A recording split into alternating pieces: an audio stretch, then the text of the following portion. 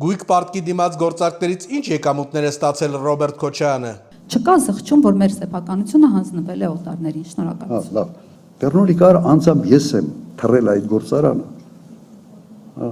Պատմել եմ։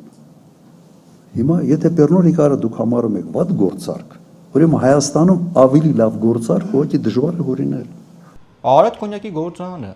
այդ Պեռնոլիկարը $100 միլիոն եկել է Հայաստան, պարզվել է, որ 30 միլիոնով է առնում այդ հսկա գործարանը Արտուր։ Այդ 70 միլիոնը ուր է գնացել։ Սա ասում եմ Պեռնոլիկարի խոսքերը։ Մարդիկ են ականատես են եղել, որ 100 միլիոնով եկել է Հայաստան, որ այդ գործարանը առնի, դառնա ֆրանսիական։ Վերջում պարզվել է, որ 30 միլիոն դոլար է պետությունը փոխանցել։ Այսինքն երկրի ղեկավարը փոխանակ գինը ավելացնի բանակցի։ Մեր մոտ հակառակն է եղել Արտուր։ Այդ ո՞նց է տենց լինում։ 100-200 միլիոն դրամից ընկերությունը 30-ով սա խուրդել է։ Այդ ո՞նց է լինում այդտենց։ Այն Բաղդասարյան հրանտ կա, որ հիշողության կորուստ է ունեցել։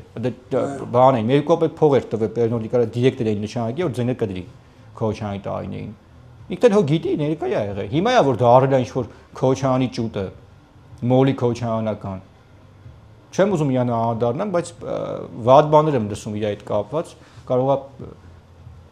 քաղաքականապես ոչնչացնեմ ուղղակի բունդերկինդին։ Հիմա անդառնանք այդ ընդհանուր կապիտալին Արտուր, տեսեք, այդ ո՞նց է լինում, որ ինչը ծախել է, ինչը նվեր է տվել, ինչը տվել է ռուսներին, դարել է այն ընկերության մասնաբաժին, կառավարման ներքո, որտեղ որ ինքը պաշտոն է ստացել Արտուր։ Կարանք մենք հիմա ողջամիտ կասկած ունենանք, որ այս մարդը միտումնավոր որոշակի փայի կամ գումարի դիմաց պետական մեր սեփականությունը հանձնել է ռուսներին։ Կարանք ենթադրենք Արտուր։ Կարանք, չէ՞։